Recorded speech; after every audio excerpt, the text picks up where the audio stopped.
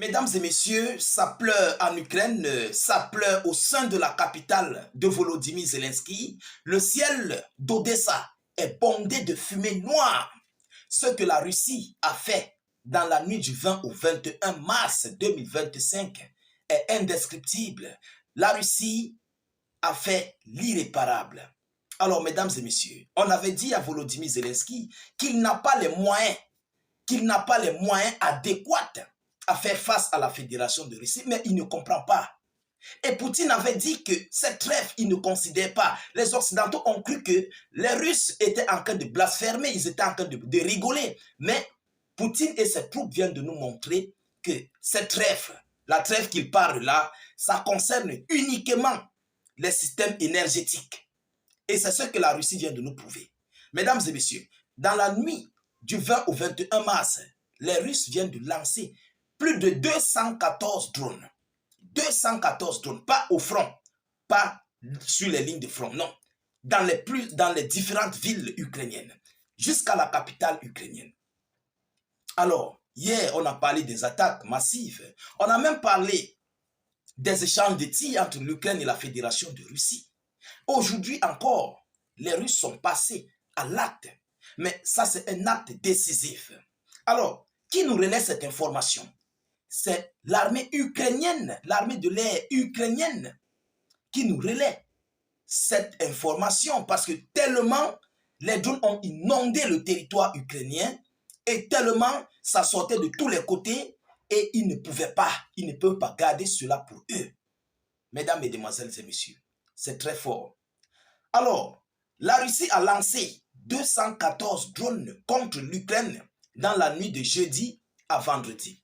On vous dit aller sur la table de négociation pour geler ce conflit. Mais Volodymyr Zelensky veut d'abord voir toutes ces localités partir pour qu'il puisse comprendre que ses alliés européens l'ont induit en erreur. Parce que plus vous voulez faire le bras de fer face aux Russes, plus les Russes frappent encore plus et plus ils avancent sur le terrain. Je l'ai déjà dit ici.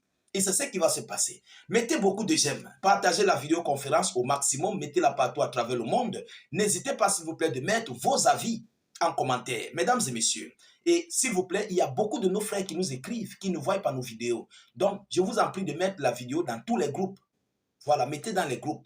Parce qu'il y a beaucoup qui se plaignent qui ne voient pas les vidéos. Et ceux qui ne voient pas, le lien de YouTube se trouve en commentaire sur notre page Facebook.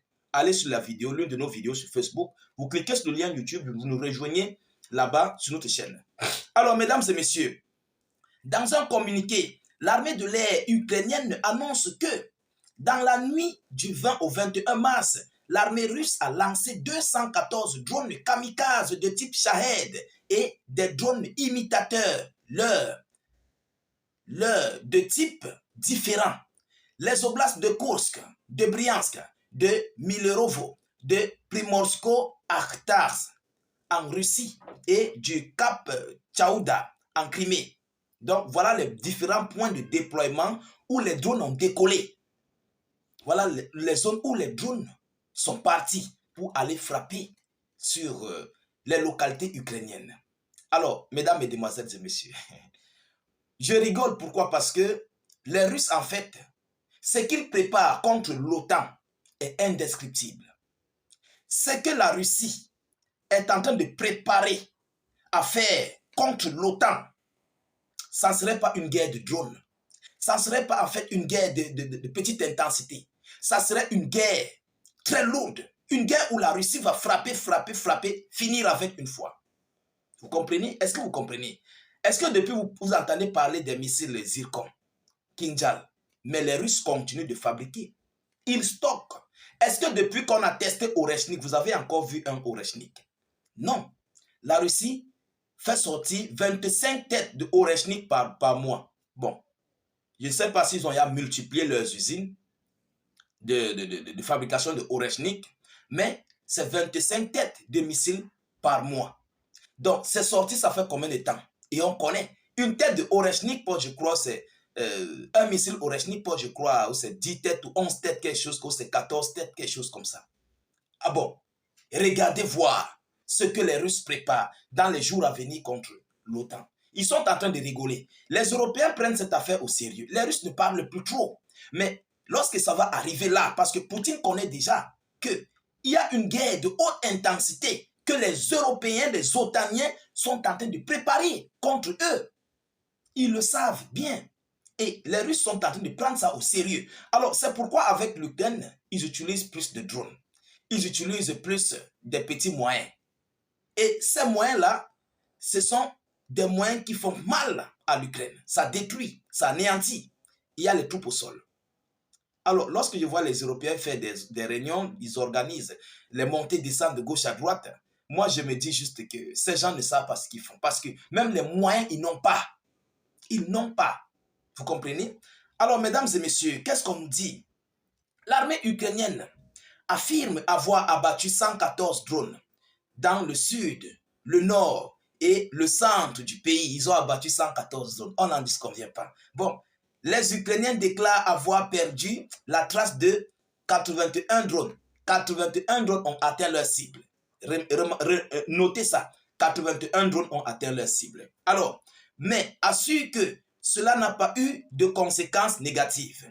Alors, les drones ayant échappé aux défenses anti-aériennes ont touché les oblasts d'Odessa. Je vous ai dit quoi? Lorsqu'ils disent qu'ils ont perdu les traces de 81 drones, ça veut dire que ça atteint leur cible. Maintenant, ils nous disent que les drones ayant échappé aux défenses anti-aériennes ont touché les oblasts Odessa, de Klemensky, Klemnitsky, de Soumy et de Kiev, la capitale ukrainienne. Les drones ont atteint leur cible. Alors, mesdames, mesdemoiselles et messieurs, voilà ici à nouveau une attaque féroce de grande envergure que la Russie vient encore de nous faire parvenir sur le sol ukrainien, où l'armée de l'air ukrainienne était débordée face à cette situation. Oui, ils sont débordés. Malgré qu'ils ont des avions F-16, ils ont des Mirage 2000. Mais comment la capitale ukrainienne peut être atteinte par des drones kamikazes? Vous comprenez? Ils ont des avions, ils ont des systèmes aériens les plus sophistiqués du monde qui sont des pays de l'OTAN, des pays de l'Europe. La capitale ukrainienne est atteinte par des drones. Odessa est atteinte par des drones. Ah oui, parce que là-bas, c'est l'Ukraine occidentale. Vous comprenez? C'est l'Ukraine occidentale, Odessa. Mais c'est une zone où les ports, les navires, je voulais dire les navires européens accostent pour apporter des missiles, des drones à l'Ukraine. Odessa, qui devait être très protégé, qui est protégé même d'ailleurs, mais les drones kamikazes ont atteint les cibles. Alors, ça veut dire que si la Russie verse des zircons, des Kinjal, des Oreshnik, il n'y aura pas l'homme. Il n'y aura pas l'homme parce que lorsque nous voyons les médias ukrainiens dire non, on a renforcé notre défense, nous sommes maintenant prêts. Je ris en fait, je ris. Vous savez, ces gens, ils ne comprennent pas. Ils ne comprennent pas. Ils le font juste pour pousser le monde entier, les autres Européens, tous les pays de continuer à soutenir l'Ukraine.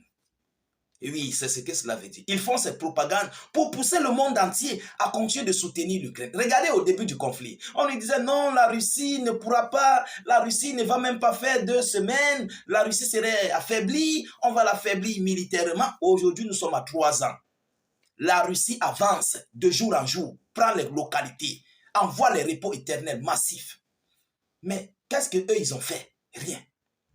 Au contraire, ils font que replier, reculer. Voilà Kursk, ils avaient pris Kursk. On n'a plus de résultats à Kursk. Ils sont en train d'être chassés de Kursk. Ils ont essayé de percer Belgorod incessamment. Ils n'ont pas pu. Mesdames, mesdemoiselles et messieurs, regardons-le. Ils vont lire. Alors, partagez la vidéo au maximum. Mettez-la partout à travers le monde. Et mettez aussi beaucoup de j'aime, suffisamment de cœur. N'hésitez pas à mettre vos avis en commentaire. C'est important. Même si vous n'avez rien à écrire, mettez salut, état d'urgence ou encore vive la paix dans le monde. Je vous reviens tout à l'heure pour une prochaine série d'actualités. Soyez encore salués une fois de plus. Ciao, ciao.